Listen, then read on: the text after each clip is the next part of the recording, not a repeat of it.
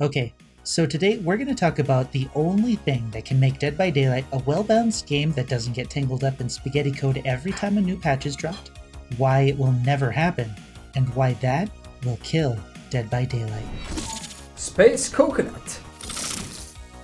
Final Fantasy XIV has been my game of choice recently, and I've been enjoying it a great deal. I originally played when the game first came out, and let me tell you, all of those videos about how bad it was back then were putting it lightly. So you understand what I'm talking about in this video, I suggest that you watch this video to understand exactly what happened, and watch this documentary instead if you want more detail. Both links are in the description. Dead by Daylight is built on a foundation that wasn't meant to hold all of the content that it does today. The devs themselves have always said that they never expected DBD to be as successful as it is. This leads to all of the core issues causing the smaller issues that we see in every single patch. The only way to fix it is to do what Sony did and recreate the game from scratch with a better implementation. There is absolutely no way the devs can accomplish this. Not only would it cost them an absurd amount of time and money, they might not have the technical skill to pull it off either. So what does this mean for everyone's favorite mess? It means that Dead by Daylight has a doomsday counter. At some point in the future, the game will reach a point where nothing the devs can do will bring the game into a state of playability. How can I predict something as outlandish as this? Well, take a look at these two bug reports. People are losing their progress, which is a bug that happened years ago, which should have been fixed by a system implemented in the back end. And 3-player matches are happening again. The system is supposed to automatically cancel matches that start with fewer than the required players. These two bugs in particular made a return after systems were created and put into place to prevent them from happening. If these old bugs are returning, it means that the original code is still problematic and they've only painted over the real problems. If this is their standard operating procedure over the past 5 years, it's only a matter of time until the game reaches a critical mass of spaghetti that becomes unrepairable.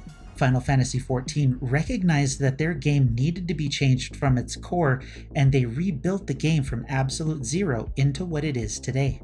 A rival to WoW that has had a renaissance of sorts and is beginning to highlight the issues WoW ignored for years while bringing Final Fantasy into the forefront of the MMO genre. Tell me if any of this sounds familiar. This is a massive thing and it's like, why we were excited about this near the start, you know, we're like, oh yeah, cool, you know, just get some little things, upgrade them, carry more gear, happy. But then you see the actual implementation and it's just like it's made by an alien. Yeah. Like, how did you guys possibly cock up something so simple? This is just bad management. Wait, what about capitalism says that you want to lose a third of your audience? No, there's nothing about capitalism, all right? That's what they're doing, is they're trying to go for these short-term profit gains and trying to just like milk as much money out of people and instead of investing into the long term. And that's the problem. Shit. And then, you know, R1 is basically just, hello, World of Warcraft's a paid beta test. Fuck you, customer. They're obviously completely comfortable with shipping a unpolished, not fucking considered, not polished game and letting us fucking deal with it while we pay our hard-earned money. Every single goddamn time you have an issue, oh, we'll balance that artifact ability. Oh, we'll balance that covenant trait. Oh, we'll balance that soulbind. And then guess what? Multiple goddamn years pass of World of Warcraft, the paid beta test. I'm done with these jokers. I think that they don't fucking know what they're doing. Like, they don't fucking know what they're doing. They keep making mistakes. You cannot keep making mistakes, and in some cases, the same mistakes over and over and over, and not have it be some degree of incompetence or misunderstanding. You know, look, the raiding and the dungeons is all fun. Yeah. But it's like the rest of it's a busted piece of shit, and they just don't know what they're goddamn doing. And that's the motherfucking truth. That's the way that I said it. I said this before. I was like, listen, Blizzard finds problems that players don't have, and they solve them with solutions that players don't want. So they're like, wow, this is a problem. And players are like, what? We didn't know this was a problem. They're like, yes, surprise, it is. And now we're going to make it this way. And they're like, wait, we don't want that. We're like, yeah, but we have to fix the problem. But there wasn't a problem. We're like, yeah, there is. It's right here. Look, you just didn't see it. These are the smartest fucking developers, some of the best developers in the whole world, and they're giving us trash. And I'm sick of it. I'm fucking sick of it because I know they can do better. I know they can do better. I think I'm basically done being polite with these guys. Yeah, fair, 100%. You know, I 100% think, agree. Mask off? Oh shit. Is he about to pop off? Oh shit, mask off, unleashed, Bellular unleashed. Jesus, man. I'm not surprised, man. I'm really not. I'm glad that he's doing it, though. I am. Somebody has to, and it's important that that people have to speak out about this shit, because if he doesn't, then who the fuck will? Like, I'll do it. Here's the problem with me, is that I'm such an asshole. People won't agree with me because it's me. Oh my God. And what day did I start streaming the game? Yeah, what day did I start streaming the game? July 3rd. So that ended on...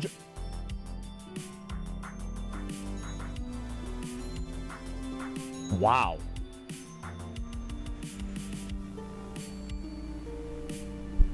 Dude, that's nuts. Holy shit. If Behavior wants to keep their player base, they may need to do something this dramatic to bring the game code up to date with the same fervor and excitement that they did for character models and maps. They're polishing a turd when it needs to be flushed. I'm sure some people will say that they can just create Dead by Daylight 2 instead of recreating Dead by Daylight. But let me remind you that they tried that already. It was called Death Garden. Also, how would you feel about having to rebuy all of the content and cosmetics all over again for DBD2? They're having a hard time implementing cross-progression across systems. How hard would it be for them to implement that across a completely new game? If I'm being honest, I'd probably move on permanently. Whether it actually happens this way or not doesn't really matter. While many people are saying that competition is needed to improve Dead by Daylight, we need to remember that the mess that exists now can only be fixed to a certain degree because of the foundation of the game. Any competitor to Dead by Daylight, if they want to succeed where others have failed, need to create their game as if the entire DBD community will move to their game. The game needs to be clean, pretty, finished, functional, and most of all, fun to play. Thankfully, it's more likely that a competitor creates a better game than Behavior fixing the core of Dead by Daylight. Dead by Daylight is going to fail because it can't be fixed. It's only a matter of time. I just wanted to share this thought with you and get a conversation going about the future of the game. Let me know what you think in the comments below. Now that I think about it, we'll be able to see if this is going to be true or not. The mid-chapter patch is coming up soon, and the next DLC will be coming up after that. Let's see what happens with those, huh? In the meantime, I'm Space Coconut, and you're welcome.